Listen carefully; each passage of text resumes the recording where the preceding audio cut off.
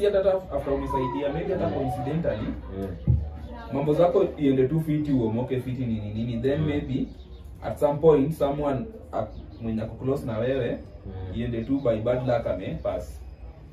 Watu waanze kusema tumemsacrifice na yenyewe do nayo uko nayo. Alafu sijui inakuwa. Na inakuwa tu coincidental. Inakuwa coincidental ukianza tu kuomoka hivi. Kwenu lazima msiadedi. Inakuanga aje? Kwenu lazima msiadedi. Alafu wataanza tu kusema manze sijui vile naweza ichukulia. Sijui naweza kufanya aje. Nilipata kwa hiyo situation. Manze. Watu waanze kusema tu jamaa na kwamba hilo. Hata mse kudedi. Watu waanze tu kusema tu wewe ujamaa kwa Illuminati. Jamaa kwa ina wamekazana tu na wewe naye umejua deep down wewe unapiga shughuli yako, una work hard, unapiga tu mambo yako safi. But wao wameinsist tu jamaa kwa Illuminati. Unaweza ihandle aje?